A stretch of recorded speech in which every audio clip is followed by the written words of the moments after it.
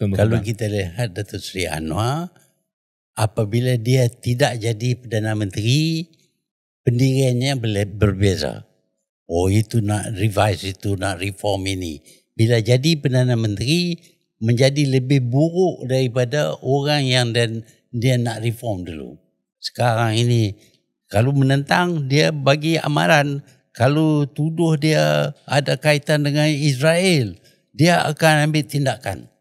Kita tak tahulah apa tindakan, tapi kita lihat ada orang yang boleh 47 kes buang dan bebas. Ada orang satu kes kena sebat 2 kali. Itu bezanya. Dulu dia very liberal. Kita mesti bebas bercakap. Macam mana Tun boleh cakap macam tu? Itu keputusan mahkamah Tun. Keputusan mahkamah ke tak keputusan mahkamah, hakikatnya dia berlaku di zaman Anwar. Saya yakin di zaman lain tak berlaku. Dulu pun saya dapati orang yang curi 47 kes ada boleh lepas. Itu biarlah mahkamah lah. Tapi bukan mahkamah, dia AG lepas. Jadi benda ini berlaku di zaman Anwar. Jadi seperti mana orang salahkan saya, apa juga berlaku dalam negara masa saya jadi Perdana Menteri, kita salahkan Anwar apabila yang berlaku di masa dia jadi Perdana Menteri. Kerana dia bercakap dulu lain, sekarang lain. Saya konsisten. Dulu masa jadi Perdana Menteri, same stand. Tak jadi Perdana Menteri pun same stand. Tak ada berbeza. So, Datuk Seri Anwar Ibrahim wujud sebagai orang politik sebab Tun Dr. Mahathir? Yalah, pada masa itu nampak dia warak, baik. Jadi saya bagi peluang kat dia. Dalam buku A Doctor in the House, muka surat 409 menceritakan soal Anwar Ibrahim. Tun tulis, he appeared to be all things to all people. What do you mean? Ya, kalau dia bercakap dengan orang Arab, dia bunyi warak. Dia bercakap dengan orang Amerika, dia bersetuju dengan liberal itu ini. Dia masuk dalam LI ni pun dia terlibat. Jadi dia bercakap dengan siapa pun sesuai dengan orang itu. Dan waktu dia jadi anak kesayangan Tun dalam UMNO, Tun tak pernah tegur dia. Pasal apa you ni boleh sat macam ni, sat macam tu, sat ya, macam ni? Bila saya ambil dia masuk dalam UMNO, pada masa itu dia dilihat sebagai orang yang kuat pegangan agama, dan kita harap dia dapat inject dia punya knowledge itu dalam UMNO supaya UMNO juga nampak berpegang kuat kepada agama.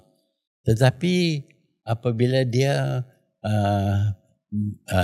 masuk dalam bidang lain, dah jadi Perdana Menteri, benda yang kita harap dia akan urus berlaku yang tak sebaliknya.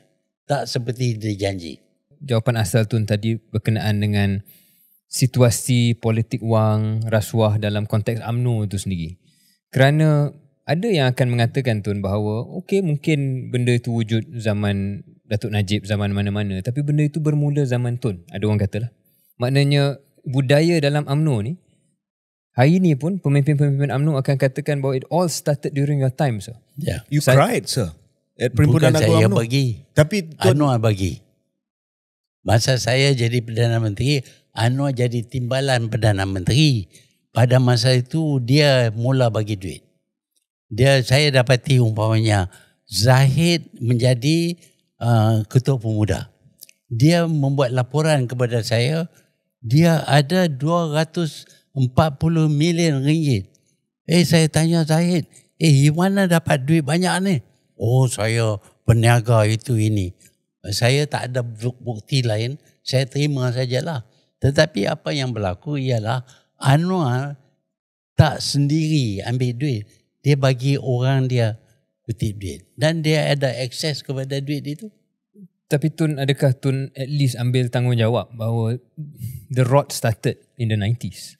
Ya, saya nak suruh saya ambil tanggungjawab boleh. Tetapi hakikatnya ialah Anwar perkenalkan rasuah sebagai satu cara untuk mendapat populariti. Sehingga Ghaffar Baba yang terkenal di Sabah, cuma 2 bahagian saja yang menamakan Ghaffar Baba sebagai calon timbalan. Kenapa Tun tak buat apa-apa pada masa tu? Tun dah tahu dah untuk pertandingan timbalan presiden, lepas tu tim wawasan, kita dengar banyak cerita envelope masuk bawah bilik hotel dan sebagainya. Why nothing was done? Itu kerja pegawai, bukan kerja saya. Mereka bila nampak sesuatu tu salah, dia tak perlu tunggu sehingga Perdana Menteri kata, you pergi tekan orang itulah. Tak boleh. Itu bukan kerja saya. Itu kerja polis, kerja anti-corruption. Mereka sepatutnya mengambil tindakan.